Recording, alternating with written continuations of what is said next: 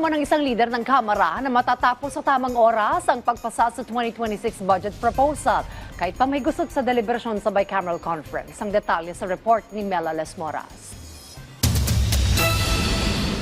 Kumpiyansa si House Committee on Appropriations Chair Micaela Swansing na hindi magkakaroon ng reenacted budget ang bansa sa 2026.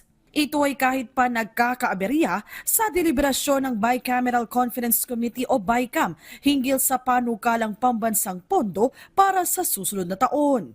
Sabi ni Swansing, magkatuwang ang Kamara at Senado sa pag-aayos ng mga gusot sa budget bill at naniniwala siyang matatapos naman nila ito sa tamang oras. I'm still very confident. I always say that as much as possible.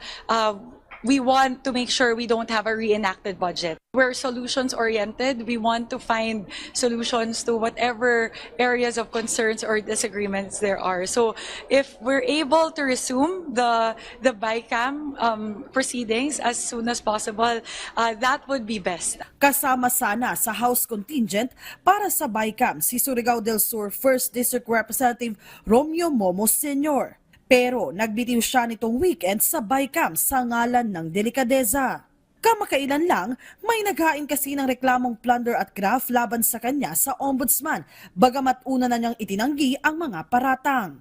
If I will stay there, baka madrag ko pa, di ba, maisama pa sa mga usapan, but mayroon isang membro doon na may pinahil na kaso.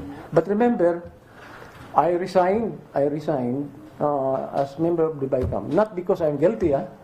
I would like to repeat, I am guilty, not that I'm guilty, but because gusto ko lang delikadesa nga, ma-insulate. And I want to preserve the integrity of the result of the BICAM discussion.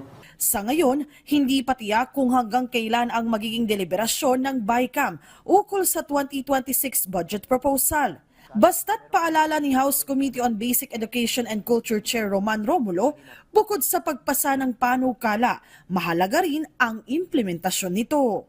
Magandang may pondo at malaki yung pondo, pero they also have to make sure na yung implementation is properly done.